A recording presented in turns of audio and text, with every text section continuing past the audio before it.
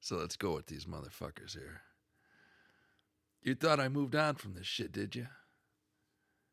My daily views are down into single digits. Not like they were fucking doing much better in the first place, but I took a week off and my fucking numbers dropped like a motherfucker. YouTube people basically told me to go fuck myself. You lost, bitch. Fuck it. What do I care?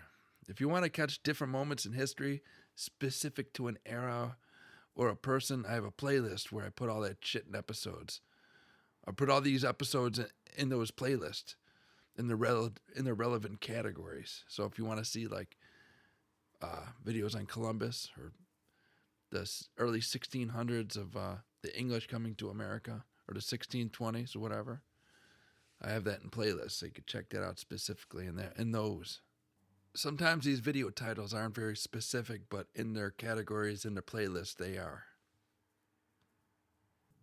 Some of these titles to the videos I have, or these episodes I have, are specific to a particular people or a thing, and sometimes it's a general an idea. For example, I have an episode called the First American City Fire, which was in early Virginia.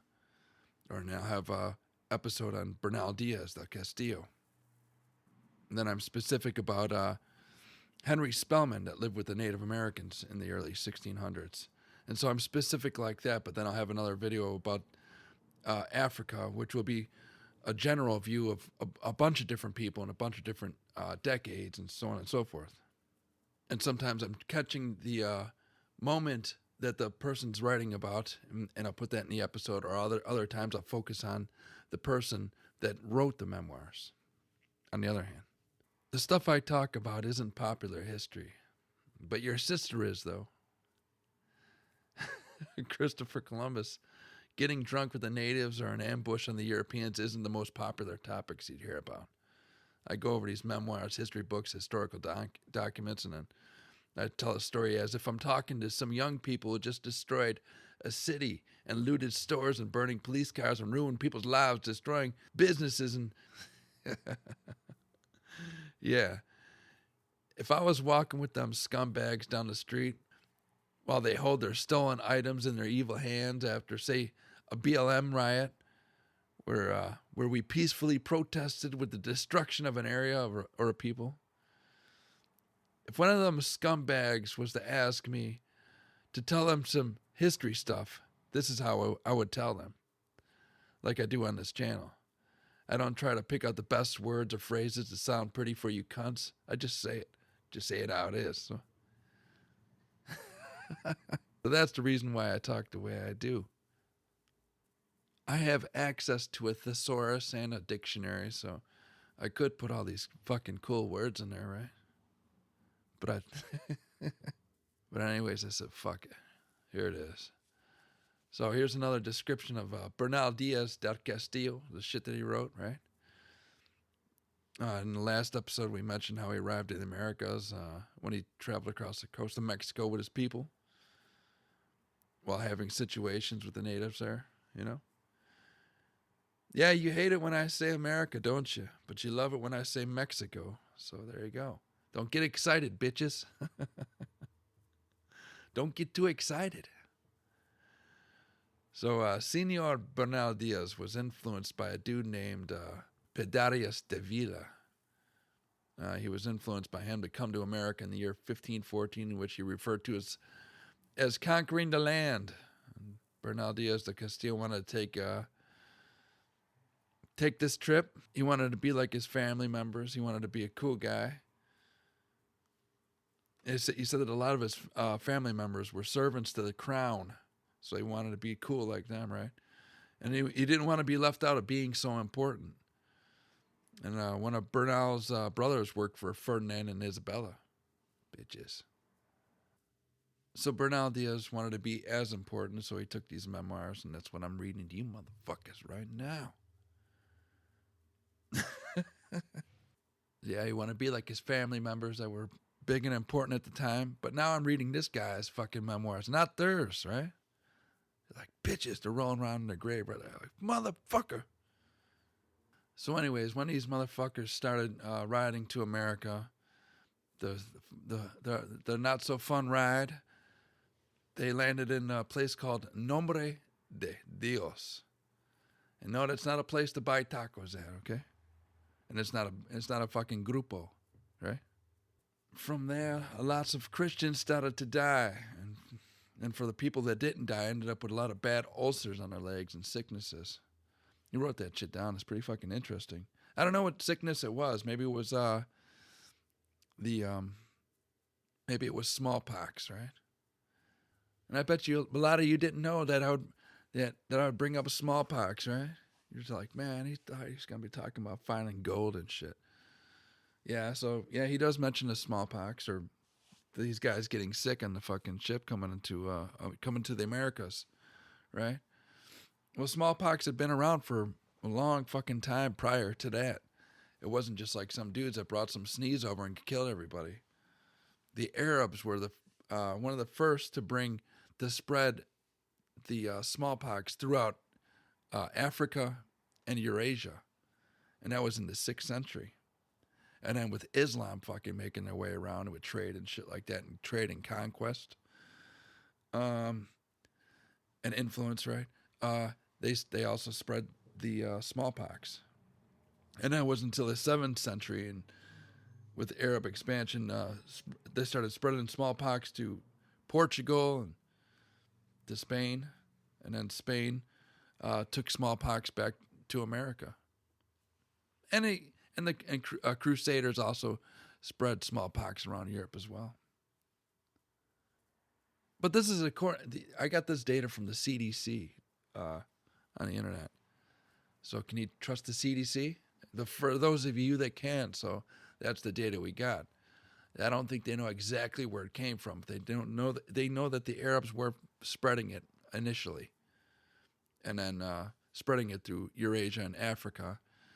And I think then it wasn't until they gave it to the Portuguese, and then the Portuguese took over parts of West Africa and brought the plague to the West Africans, which the Muslims were there already in some parts.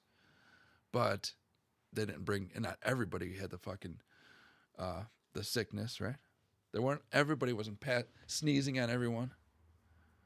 But yeah, so Bernal Diaz mentioned the guys getting sores on their legs, bad ulcers and leg sores, and sickness.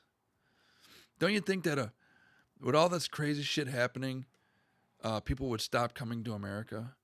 People would change their minds and go back to Europe and say, what the fuck, man? Why are people going over there? But, people were dying of the same shit over there. So they're like, if we die here, we might as well die over there too. What's the difference? The difference is they fucking spread the disease. But what the fuck did they know back then, right? It wasn't until a couple hundred years later until they found a fucking vaccine. And Dr. Edward Jenner in 1796 was the one that says, hey, I got a vaccine. We could fix some of you bitches. But not then. Not with Bernal Diaz. So the people kept coming to America. Who the fuck comes to a place where people die from sickness, disease, Indian battles, and little hope? Huh? But then again, if you think about all the illegal aliens who cross the southern border into the United States, it's a known fact that many die en route through the desert or the river or whatever, right? Drowning or starving or dying of thirst. The people fucking die in these routes, and they know it's dangerous, but they still come. And so did the Europeans back then. Oh, makes a lot of sense now, doesn't, motherfucker? The grass is always greener on the other side, right? I heard Obrador currently, in 2024, Obrador is really making Mexico a greater place as far as industry, and their fucking pesos are doing a lot better, and he's building roads everywhere. He's got a new train and everything. They just built a huge fucking petroleum plant, but people are still coming to America. See that? They're coming from other countries through Mexico into the United States. It's like, why don't they just stop in Mexico if Mexico's doing so well? But the grass is always greener. And people risk risk their lives for that greener grass until some of those bitches come, and then they piss on the grass to turn it yellow and brown. Like Bobadilla, for instance, did that shit in history. Lots of bitches come to fuck shit up, right? Humans don't give a fuck about anyone, especially when someone stands in their way, right? There was even internal fucking problems with these motherfuckers, you know? It's like if you can't fix yourself right here, you're just going to go somewhere else and fuck shit up over there too. Like listening to these notes I took on these these guys in the early 1500s in the Caribbean. This is what people were leaving Europe to come to America for. This guy, Governor Pedreras Davila, was getting into arguments with a rich guy named Vasco Nunez de Balboa. And Davila gave his daughter to Balboa for marriage. And yeah, it's like, hey, you want my sister or my daughter? He's like, I take them both. He's like, oh, no, only one. He's like, what are you, Muslim? No, I'm Christian. Okay, only one. All right. So they had many disputes together, these two guys, between these two men. Even after Balboa received his daughter, this guy's daughter, they were still fighting it out like bitches. And Davila still believed that his son-in-law may raise a rebellion against him. So you can't even trust your family members, right? So Balboa is this guy that led an army which conquered that particular area. So he was a respectable cat. You know, he deserved daughters, daughters and sisters. So Davila had this motherfucker killed anyways, right? Balboa. He's fucking dead to me now. Kill him. He had his head fucking cut off. Then some of his army were punished in various ways. Yeah, don't argue with your father-in-law. He could end up killing you or chopping your fucking head off. Yeah, that was going on. What was going on back then? That's what Bernal Diaz Del Castillo wrote about. So these are some of the things that Bernal Diaz witnessed in the early days of America. Then eventually, when Bernal Diaz heard of Diego Velázquez being the governor of the newly conquered land of Cuba, Bernal and his compatriots asked Davila for permission to leave the area and head towards Cuba. And Bernal was related to Velázquez, so he's like, hey man, we got the same blood. So Davila didn't need much military help in the area since most of that land was conquered anyways at that point. So he allowed the guys to go to Cuba. So you could just imagine that time when they got fucking heads cut off laying around and fucking dudes with sores on their legs and shit and fucking native and European wars. Fucking crazy stuff. But it's pretty interesting that Bernal wrote about this shit, and pretty descriptive. He was about 24, Bernal Diaz del Castillo was about 24 years old at the time that he was in Cuba. And after a few years of being in the general area, a lot of people, he wrote about that, a lot of people were impatient about getting paid a certain amount. They felt like they weren't getting what they deserved. They weren't getting paid enough. I wonder if they had picket signs or like, raise minimum wage, motherfuckers. They wanted to be granted Indian slaves for work in return. They're like, give us some Indians for slaves. But they received nothing, so they made their way out in search of new land and people to conquer for themselves. So Bernal Diaz is like, come on with me, man. We're going to find some new places. Grab your fucking swords. Grab some bread, some wine. We're going to catch some fish and check out some new places. Maybe some of you guys could get some slaves. Now there's a lot of different documents that say different shit, and Bernal Diaz del Castillo just said, talking to these poor people that weren't getting paid well. There was a guy named Friar Diego de Landa that also wrote about these moments, and he said that they actually went there to get slaves, saying that that some of the people said that they were just going to find new land and resources and stuff like that. And he's like, nah, those bitches were looking for fucking slaves, man. So it's like, who's telling the truth here, right? Or maybe those are all subjective analysis, right? Those are all perspectives. Those are different perspectives. What were they doing? Were they looking for new land and gold, or were they trying to get some slaves? Maybe some of the guys were looking for slaves while the others were looking for gold. And maybe some of them just wanted to find new trees and fucking food or some shit like that. Who knows? You never know until you know. I guess you never know if they're all dead now. And not every one of those motherfuckers was writing in those memoirs, writing memoirs to research. Only a few guys, and a lot of it's subjective, right? This is a fairly long fucking intro to a different topic that I wanted to talk about. I didn't even scratch the surface yet on this bitch. I don't even know if I should get to that because I don't feel like fucking working on the videography for fucking couple hours to fill in this fucking bullshit time. Maybe I should write. I was thinking maybe I should write a script like those English people do and just read it and read it in that English fucking annoying accent and get 500,000 views in 6 days or whatever they got. Yeah, that's what I'll do.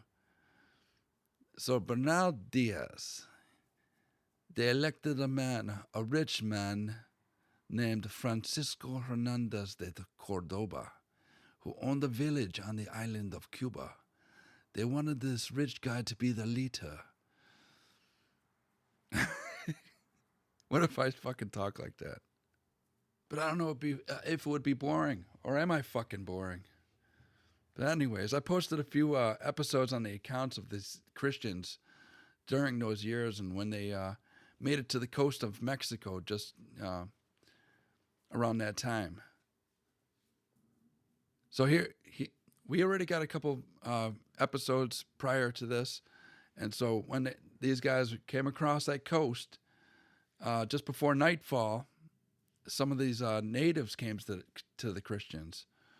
And then he writes about all this shit. It's fucking really interesting. And the natives were described as being the usual black, white, rusty, red-colored skin paint and feathers in their hair. And as usual, the natives asked the Europeans if they had traveled from the east. And the men said, yeah, we're from the east. Are you from the sky? It's like, no, man, we're from here. The natives, spoke some words that were heard from other parts of the land, but the Christians didn't know what it meant. But they were surprised to hear the common language. And after a while of having a hard time communicating, the natives disappeared back into the forest, back into their village. I'm gonna fucking talk like those people, like those English guys. I'm gonna get a lot of views because of it. YouTube's gonna push this shit. So the Spaniards the Christians. The Christians made it to the land and made some fortifications to make sure the Europeans weren't going to be attacked again. Later at night, the Christians heard the natives approaching from a nearby town and farms. The Christians were freaked out for a bit, arguing with each other. The English guys don't say freaked out.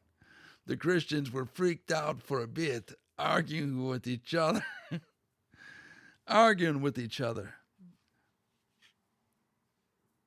So these Christians were being surrounded by the natives.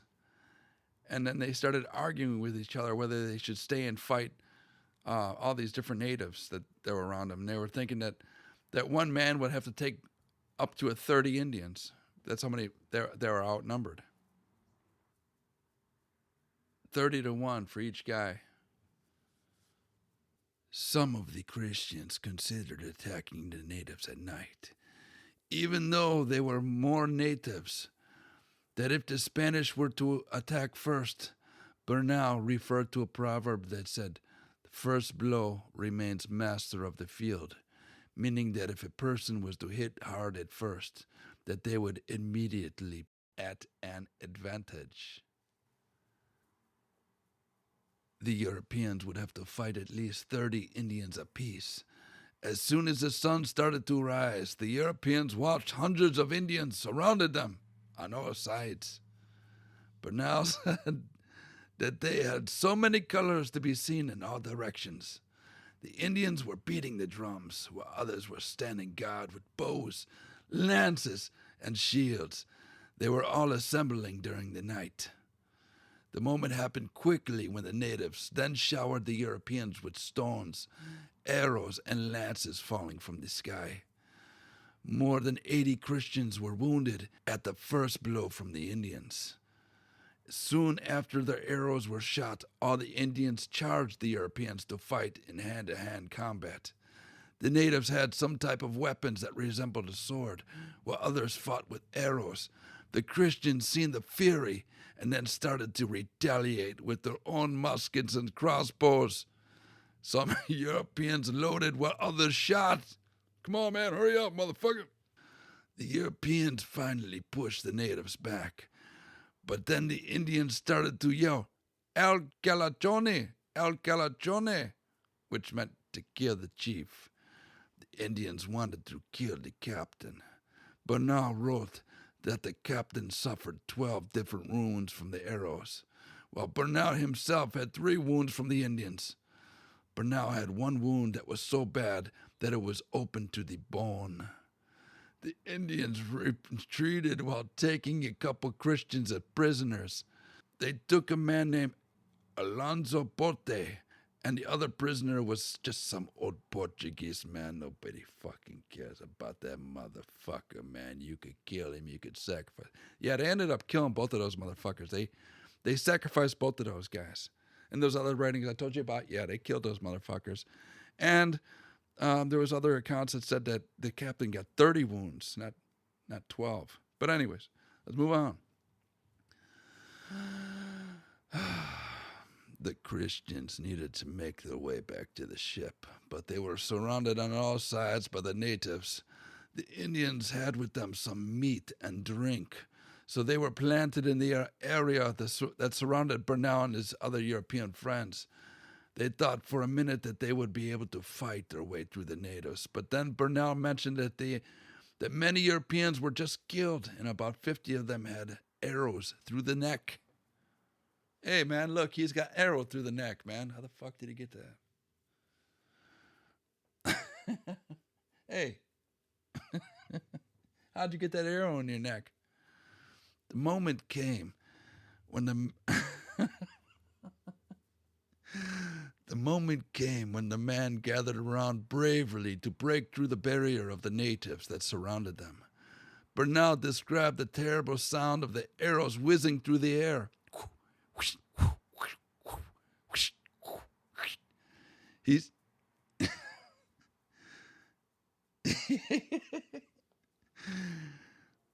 He said that the natives were screaming and yelling at each other to kill the Europeans. When the Europeans finally made it to the boats on the shore, the boats were broken in half and sunken. So most of the Europeans swam to the ships, while others clung to pieces of broken boats.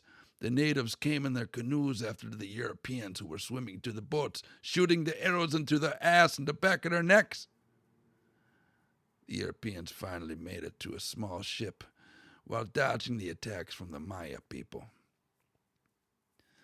A lot of the men climbed into the ship were wounded, while another 57 other men of the original number were still missing, besides the 2 that were captured and the few that died in earlier battles that they threw overboard to bury in the ocean water. The last battle lasted about 30 minutes of non-stop Indian attacks from the Mayan peoples, right? The places that the battle happened was called Putum, but one of the Europeans renamed it, calling it Bahia de Malapele, the Bay of Disastrous Engagement. The name of this place still exists in Champotan, Mexico. Local historians in Mexico have agreed on the date of being on February 8, 1517, when Captain Francisco Hernandez de Cordoba arrived to Cabo Catoche with the 3 ships. When they arrived on the coast of Campeche, they came near a town called Pontonchan, which the Spaniards renamed Champton. The modern-day historians refer to that fight as the Mayan people defending the town of Campeche. The Mayans at the time originally called the region Chakan, Putum, since the area was populated with the Mayan Putum people. The Cazique leader named Moch Cohua led the